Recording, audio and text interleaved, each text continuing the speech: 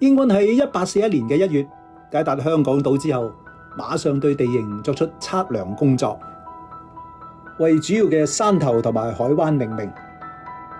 英軍工程部隊負責開拓維多利亞城區嘅早期基建任務。香港第一條大道設於維多利亞港嘅海旁，目的係建設一條位於港島北部沿海岸東西連接嘅主要通道。位置係由西角 West Point 至到黃泥涌嘅東面。整條道路闊50英尺，長3-4英里，建造費大約係18萬港元。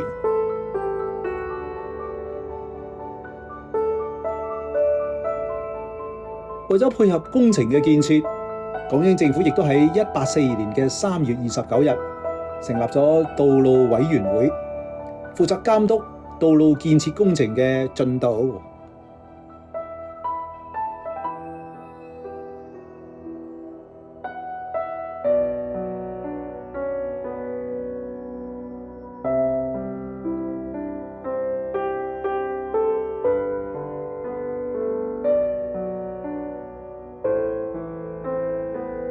由第一任港督砵甸乍定名嘅皇后大道 Queen's Road， 為咗配合大道旁嘅發展，興建咗好多軍政大樓、商業建設同埋倉庫。皇后大道建成半年之後至正式使用。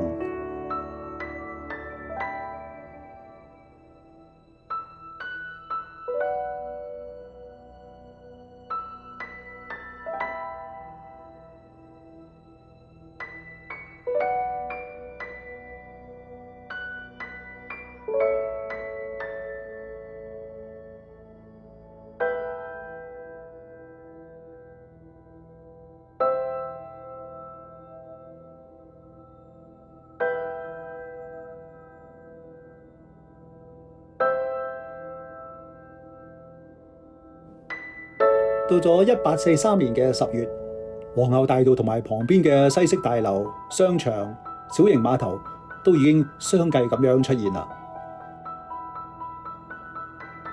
其後沿住皇后大道向山邊發展，繼續興建咗好多縱橫交錯嘅小型街道，為香港島市區嘅建設打造咗一個新嘅面貌。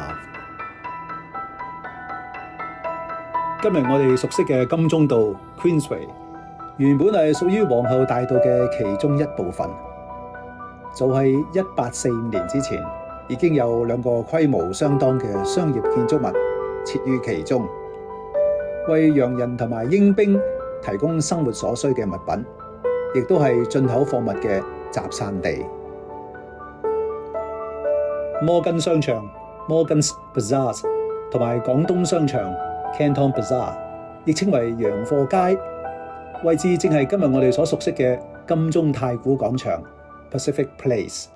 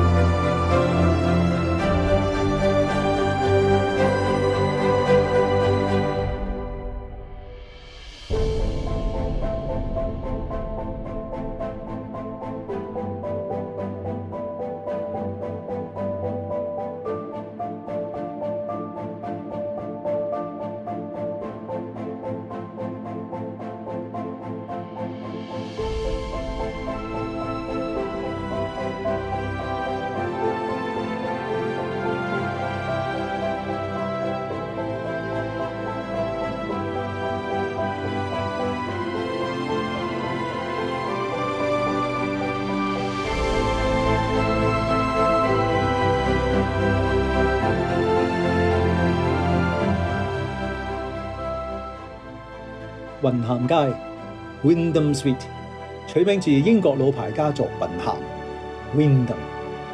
呢個蘇格蘭家族嘅後人出任咗英國嘅政客同埋軍官。從1843年到1845年之間，家族多名成員都係國會嘅議員。其中一位成員沃德姆雲咸 William Wyndham 正係擔任英國國會嘅議員，亦都係保守黨政府嘅重要支持者。早年雲咸街同埋皇后大道交界都設有花市，亦都係港島最早嘅花墟集散地，而主要嘅顧客都係洋人。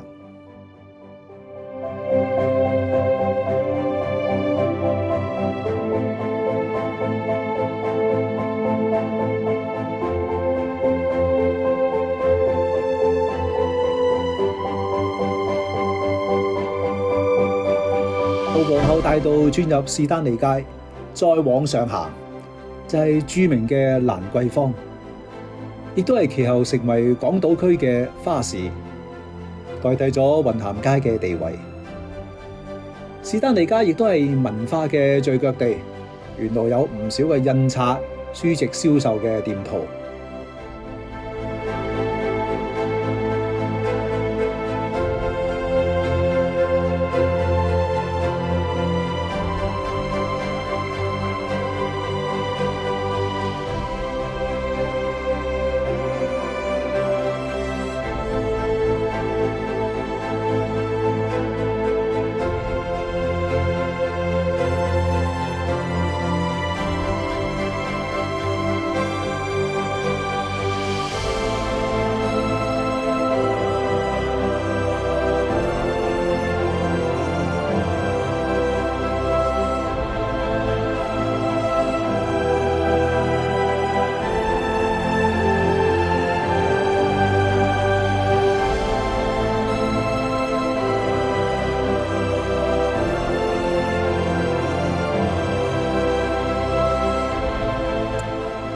砵甸乍街 （Pottinger Street） 今日亦都稱為石板街，亦都喺1845年由當年嘅港督戴維斯所定名。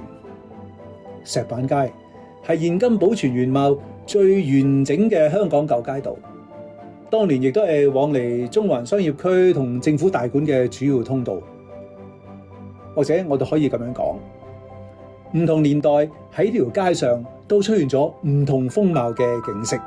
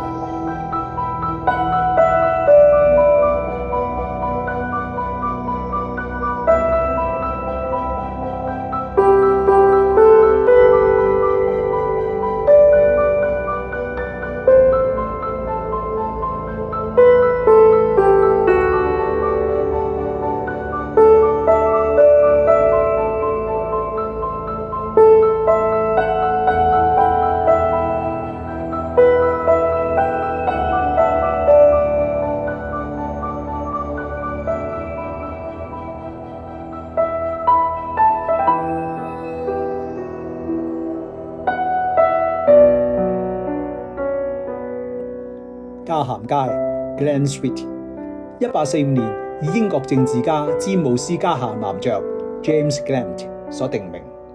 當年佢擔任英國內政部長，主要負責嘅係英國內政同埋英國嘅國家安全，職能上亦都涉及到外交部同埋殖民地嘅事務。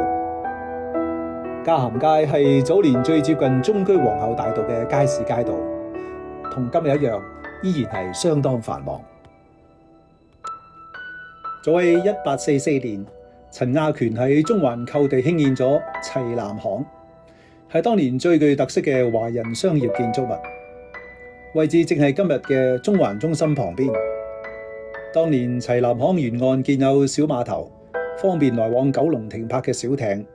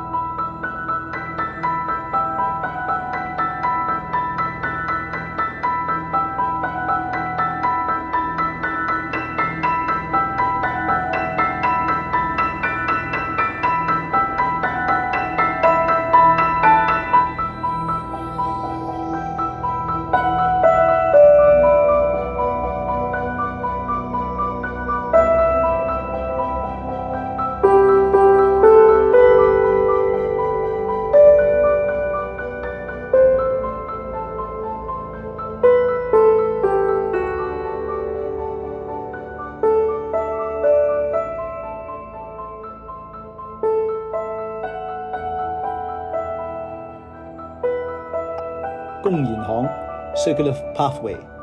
今日聽起上嚟真係有啲陌生嘅感覺。其實佢只不過一條樓梯嘅通道，可以從歌賦街呢一邊直接咁樣走到去公賢巷嘅另一個出口。而呢個出口正正係我哋所熟悉嘅皇后大道。後嚟為咗建設洋樓，將出口封閉咗。到今日，我哋已經唔能夠通過呢一個樓梯通道咧，去到皇后大道啦。